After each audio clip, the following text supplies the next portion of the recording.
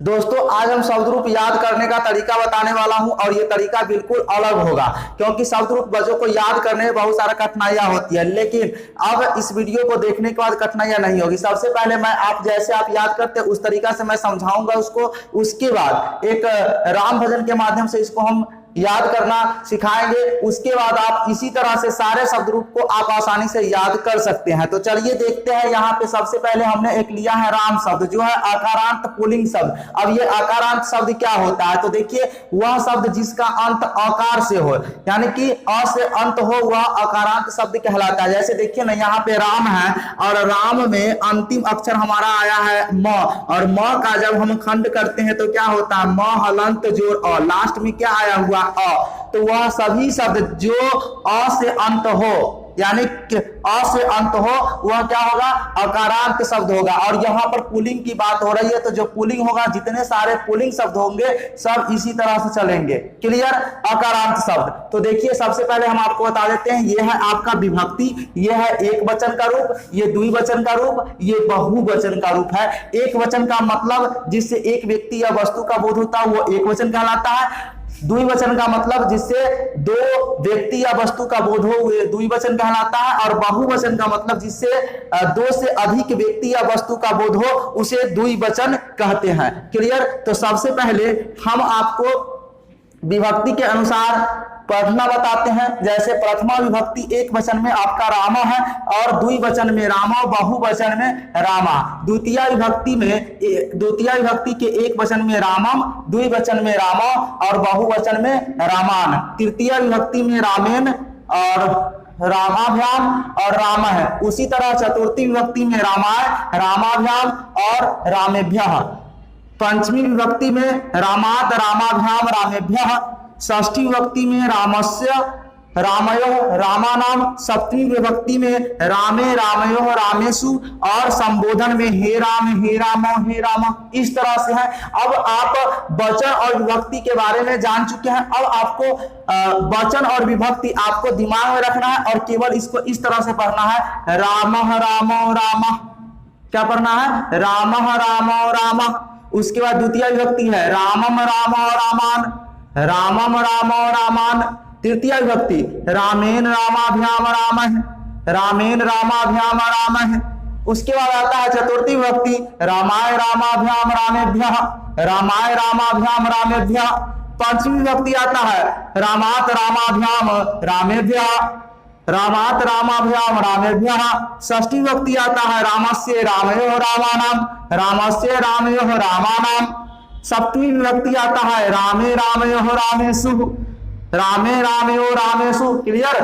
संबोधन में आता है हे राम, हे रामो, हे रामः, हे राम, हे रामो, हे रामः। इस तरह से आपको पढ़ना है। तो मैंने आपको दो दो बार पढ़ के बताया, अब इसको मैं डायरेक्ट पढ़ रहा हूं। देखिए रामः, रामो, रामः, रामम, रामो, रामान, रामेन, रामाभ्याम, रामः, रामाय, रामाभ्याम, रामेभ्यः, रामात, रामाभ्याम, रामेभ्यः, रामस्य, रामयोः, रामानाम, रामे, रामयोः, रामेषु, हे राम, हे रामो, हे रामः। इस तरह से आप पढ़ते हैं। तो ये तो हो गया विभक्ति के अनुसार। पहले आपने प्रथमा विभक्ति याद किया, फिर द्वितीय विभक्ति, फिर तृतीय, फिर चतुर्थी, फिर पंचमी, फिर षष्ठी, फिर सप्तमी, फिर संबोधन। इस तरह का से आपने याद कर लिया।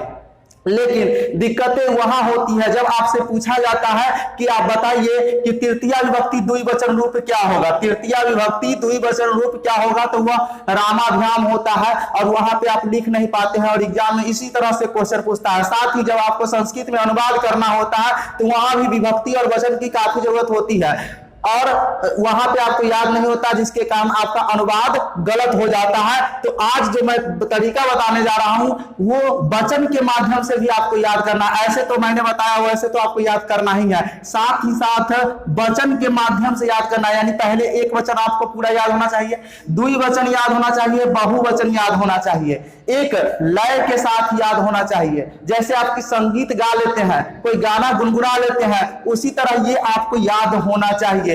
है ना, इसको खेल खेल में याद कर लेना है, जो आपके दिमाग में रहे और आप आसानी से कोई भी विभक्ति, कोई भी वचन आप आसानी से लिख सकते हैं। तो देखिए ना, हम एक वचन की बात करने वाले हैं। एक वचन में देखिए क्या क्या है आपका, एक वचन में केवल और केवल एक वचन मैं अभी बात करूंगा, उसके बाद द्विवचन, फिर बहुवचन। देखिए एक वचन में हमारा क्या है, राम, रामम, रामेन, रामाय, रामात, रामस्य, रामे, हे राम। मैंने इसको सिंपल पढ़ा, अब थोड़ा सा इसको स्पीड बढ़ाएंगे, थोड़ा सा इसमें पढ़ने का। कैसे, लय के साथ। देखिए राम, रामम, रामेन, रामाय, रामात, रामस्य, रामे, हे राम।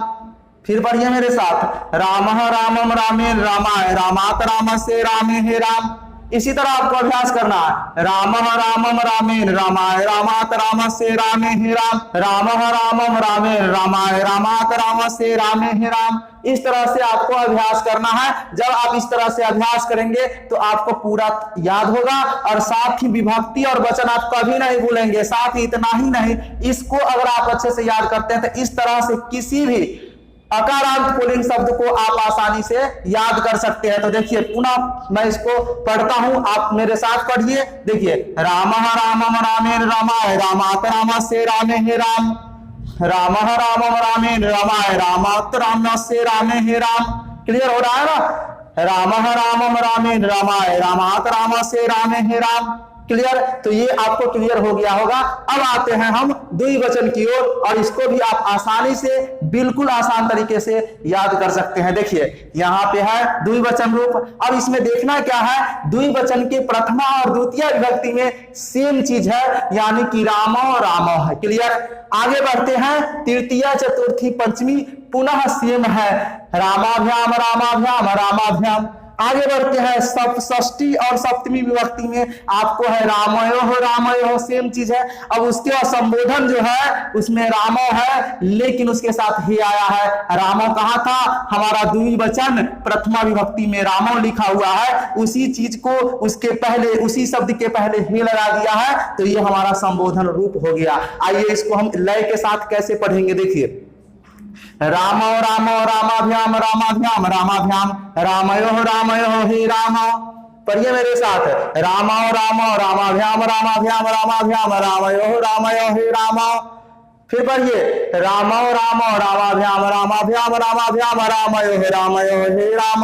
इसी तरह आपको पुनः अभ्यास करना है। जितना ज्यादा आप अभ्यास करेंगे उतना ज्यादा आपको याद हो जाएगा, और ये कभी आप नहीं भूलेंगे। पुनः पढ़िए रामो, रामो, रामाभ्याम, रामाभ्याम, रामाभ्याम, रामयो, रामयो, हे राम। क्लियर, तो ये क्लियर हो गया होगा।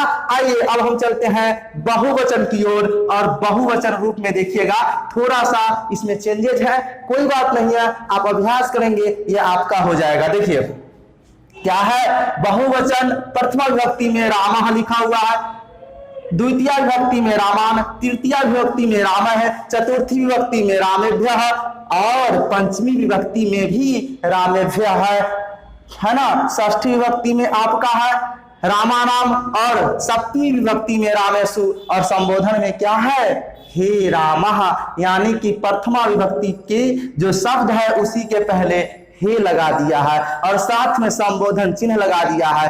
तो कोई बात नहीं है, आप आसानी से याद कर सकते हैं। देखिए मैं आपको बता देता हूं, ये तीन शब्द है ना, रामः, रामान, राम है, इसको एक साथ बोलना, एक लय के साथ। कैसे, रामः, रामान, राम है, इतना तो आप बोल सकते हैं। उसके बाद देखिए रामेभ्यः, रामेभ्यः दो बार आया है, तो ये दो बार है, सेम चीज है, कोई दिक्कत नहीं है। तो रामान, रामेषु एक साथ बोल लेना है, साथ में हे रामः भी ध्यान में ले लेना है, आपका आसानी से याद होगा। देखिए ना, रामः, रामान, राम है, रामेभ्यः, रामेभ्यः, रामानाम, रामेषु, हे रामः। इसी तरह से आपको अभ्यास करना है, आप मेरे साथ अभ्यास कीजिए। देखिए रामः, रामान, राम है, रामेभ्यः, रामेभ्यः, रामानाम, रामेषु, हे रामः। कैसे याद करना है, रामः, रामान, राम है, रामेभ्यः, रामेभ्यः, रामानाम, रामेषु, हे रामः। इसी तरह से आपको अभ्यास करना है, रामः, रामान, राम है, रामेभ्यः, रामेभ्यः, रामानाम, रामेषु, हे रामः। आइए अब पुनः एक वचन से हम चलते हैं, और इसी तरह से आप अभ्यास करेंगे, आपका ये अच्छी तरह से याद हो जाएगा। आइए देखते हैं हमने क्या किया था, एक वचन में कैसे पढ़ा था। देखिए रामः रामम रामेण रामाय रामात रामस्य रामे हे राम। रामः रामम रामेण रामाय रामात रामस्य रामे हे राम। आइए द्विवचन में राम रामाभ्याम रामाभ्याम रामाभ्याम रामयोः रामयोः हे राम। बहुवचन में आते हैं रामः रामान रामाय रामेभ्यः रामेभ्यः रामानाम रामेषु हे रामा। इसी तरह पुनः दोहराएंगे रामः रामम रामेण रामाय रामात रामस्य रामे हे राम। द्विवचन में है रामो रामाभ्याम रामाभ्याम रामाभ्याम रामयोः रामयोः हे राम। बहुवचन की ओर चलते हैं रामः रामान रामाय रामेभ्यः रामेभ्यः रामानाम रामेषु हे रामः। क्लियर? तो मुझे उम्मीद है कि आपको ये बात समझ में आया होगा। ये जो मैंने तरीका बताया ये आपको अच्छा लगा होगा। और इतना ही नहीं, केवल राम शब्द को ही नहीं इस पर याद कर सकते बल्कि इस पे हम बालक शब्द को भी याद कर सकते हैं। आइए देखिए यहाँ पे क्या है, राम बालक भी पुल्लिंग है और अकारांत शब्द है, इसीलिए इसको इसी तरह से हम लोग याद करेंगे। देखिए कैसे कैसे याद करेंगे। बालकः बालकम बालकेन बालकाय बालकात बालकस्य बालके हे बालक। कैसे याद करना है, बालकः बालकम बालकेन बालकाय बालकात बालकस्य बालके हे बालक। द्विवचन में कैसे याद करेंगे, तो देखिए बालको बालको बालकाभ्याम बालकाभ्याम बालकाभ्याम बालकयोः बालकयोः हे बालको। बहुवचन में कैसे याद करेंगे, तो बालकः बालकान बालकय बालकेभ्यः बालकेभ्यः बालकानाम बालकेषु हे बालकः। है ना, हमने बालक शब्द को इसी पे आसानी से पढ़ दिया। आइए बात करते हैं, मान लीजिए कि इसको हम गजा शब्द पर चलाना है। गजा शब्द को हम कैसे याद कर लेंगे, तो इसी तरह से याद करेंगे क्योंकि गजा भी अकारांत पुल्लिंग शब्द है। तो देखिए गजा गजम गजेन गजाय गजात गजस्य गजे हे गज। है ना, द्विवचन में कैसे पढ़ेंगे, गजौ गजौ गजाभ्याम गजाभ्याम गजाभ्याम गजयोः गजयोः हे गजौ। बहुवचन में गजा गजान गजय गजेभ्यः गजेभ्यः गजानाम गजेषु हे गजा। इसी तरह जितने भी पुल्लिंग शब्द हैं इस तरह से आप याद कर सकते हैं। मुझे उम्मीद है कि आपको मैंने जो तरीका बताया याद करने का आप आसानी से याद कर पाएंगे और साथ ही विभक्ति और वचन आप कभी भी नहीं भूलेंगे। तो ये वीडियो आपको कैसा लगा, मैंने जो तरीका आपको बताया ये कैसा लगा, आप कमेंट बॉक्स में हमें कमेंट करके बताइएगा। मिलते हैं नेक्स्ट वीडियो में, तब तक के लिए धन्यवाद। जय हिंद, जय भारत।